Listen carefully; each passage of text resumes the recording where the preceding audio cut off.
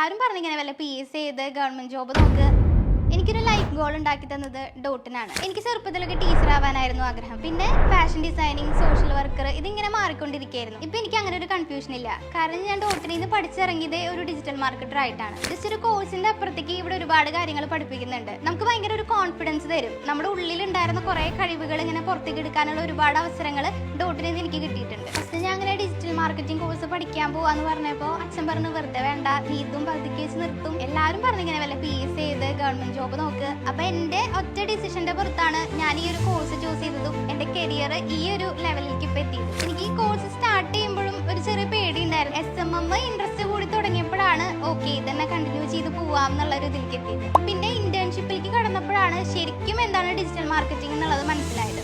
ഞങ്ങൾക്കിപ്പോൾ SMMന്റെ ഒരു ഇന്റേൺഷിപ്പ് ഹംസാദ് സാറാണ് എടുത്തത്. അപ്പൊ ഞങ്ങളുടെ ക്ലാസ്സിനെ 2 ടീമാക്കി, എന്നിട്ട് ഞങ്ങൾക്ക് ടാസ്ക് തന്നു.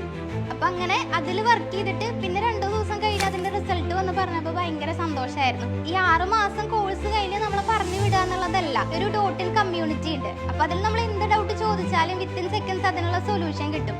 അപ്പൊ ഇതൊരു ലൈഫ് ടൈം സപ്പോർട്ടർ ആയിട്ടാണ് എനിക്ക് ഡോട്ടിന് ഫീൽ ചെയ്തിട്ടുള്ളത്. ഇവിടെ ഉണ്ടായിരുന്ന ഒരു 6 മാസം എന്റെ ലൈഫ് ചേഞ്ചിങ് പീരീഡ് തന്നെയായിരുന്നു. ഡോട്ടിൻ ചൂസ് ചെയ്യാന്നുള്ളത് എന്റെ ഒറ്റ ഡിസിഷനാണ്. അതിൽ എനിക്ക് ഇതുവരെ റിഗ്രറ്റ് തോന്നിയിട്ടില്ല. അതാണ് എന്റെ ലൈഫ് സെറ്റ് ആക്കിയത്. So at this moment I M feeling so happy and proud.